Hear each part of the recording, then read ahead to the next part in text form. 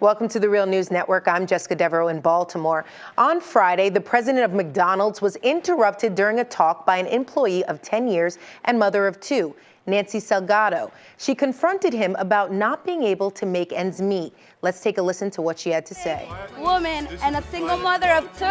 It's really hard for me to feed my 2 kids and struggle day to day. Do you think this is fair that I have to be making $8.25 when I've worked for McDonald's for 10 years?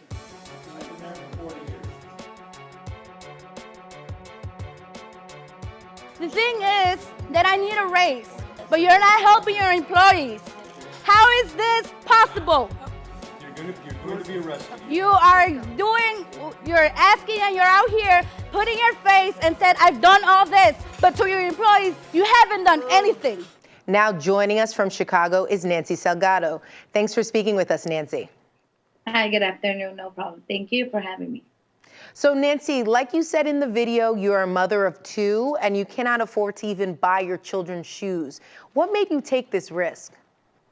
You know, it was very risky. I was nervous at first. You know, I was like, oh my God, you know, I'm here.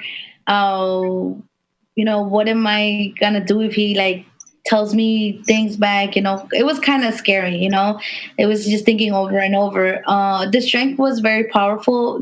Just remembering the face of my kids. Like I say, you know, just simple things like I can't provide a pair of shoes like everybody else does sometimes every month or anything like that. Just looking at, you know, remembering their faces, it was just like, it was very powerful, you know, and knowing that, you know, my best friend, you know, God, it's always with me. And he gave me that power, you know, that strength of saying, you know what, my voice needs to be heard. My voice needs to be rising. And he needs to know where all the employees at McDonald's are going through. We're struggling day to day to provide our needs in our houses, things for our kids. And it's just, it gets harder and harder with just the poverty wage they have us living in. So what happened after you confronted the president? It was very upsetting. I think it was one of the most obnoxious things I've been in through. I was gonna get arrested. They gave me a ticket for interrupting the president.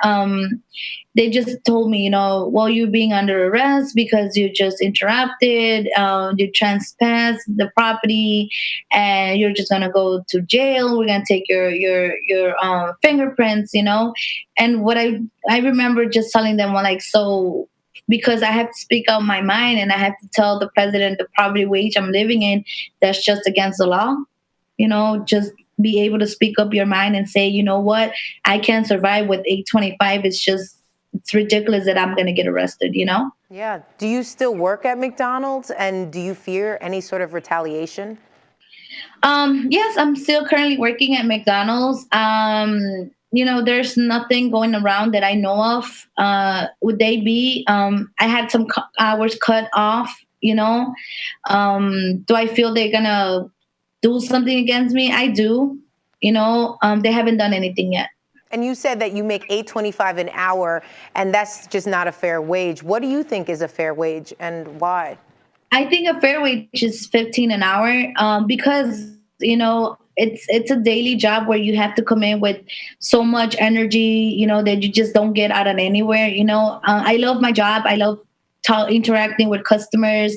I love talking with them, even though, like, you know, deep inside my heart, I'm broken, you know, because sometimes I can't provide a gallon of milk at the fridge, you know.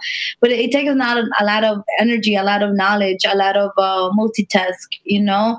And I think that's what we're worth, you know. It's like the CEOs make billions and billions a year. That why can't they provide enough for their employees? Okay, well, Nancy, thank you so much for speaking out and also speaking with us here at The Real News. Thank you for having me. And thank you for joining us on The Real News Network.